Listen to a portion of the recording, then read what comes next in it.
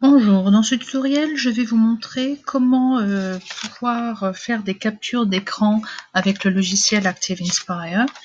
Et également, je vais vous montrer quelques astuces pour déplacer des pages ou bien les dupliquer sur votre paperboard. Alors, tout d'abord, imaginons vous avez besoin d'utiliser une image qui se trouve sur le net ou ailleurs sur votre ordinateur d'ailleurs.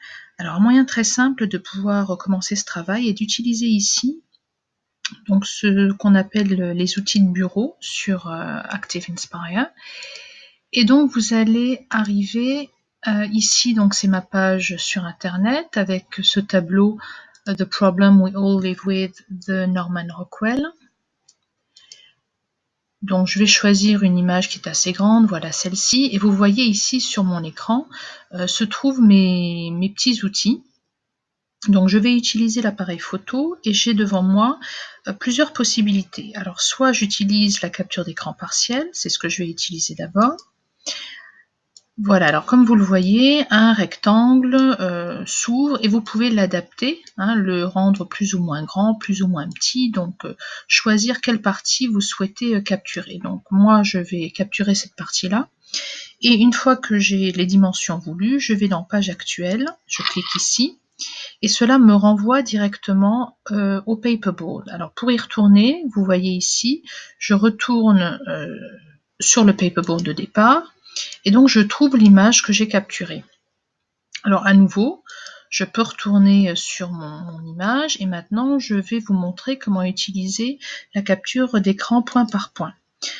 Alors, imaginons, je souhaite ici capturer cet élément qui est sur le mur. Donc vous cliquez jusqu'à obtenir la capture de ce que vous souhaitez, voilà. Et à nouveau, je vais dans page actuelle. Et pour y retourner, comme tout à l'heure, je retourne sur le paperboard. Donc là, on voit le morceau que j'ai capturé. Et ainsi de suite.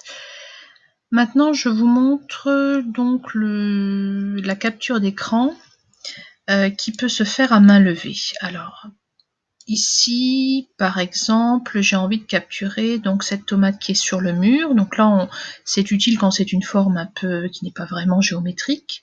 À nouveau, je vais dans page actuelle et je retourne sur le paperboard et je dispose ainsi de mes différents éléments pour pouvoir créer mon cours. Alors, un autre élément, une autre petite astuce que je souhaitais vous montrer, c'est la possibilité, avec ce logiciel, de dupliquer et donc gagner du temps, si vous le souhaitez.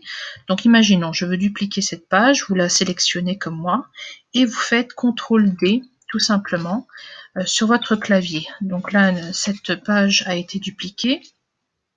Et imaginons, bon, pour vous montrer, je fais disparaître ces deux images. Imaginons, vous changez d'avis, vous souhaitez que cette image-ci, cette page-ci apparaisse avant celle qui est au-dessus, quand vous faites court. Donc il suffira pour cela de glisser, voilà, vous la sélectionnez, vous glissez, ou l'inverse, l'un ou l'autre, voilà. Et donc vous pouvez changer l'ordre d'apparition des pages pour le cours que vous allez présenter en classe. Voilà, à très bientôt.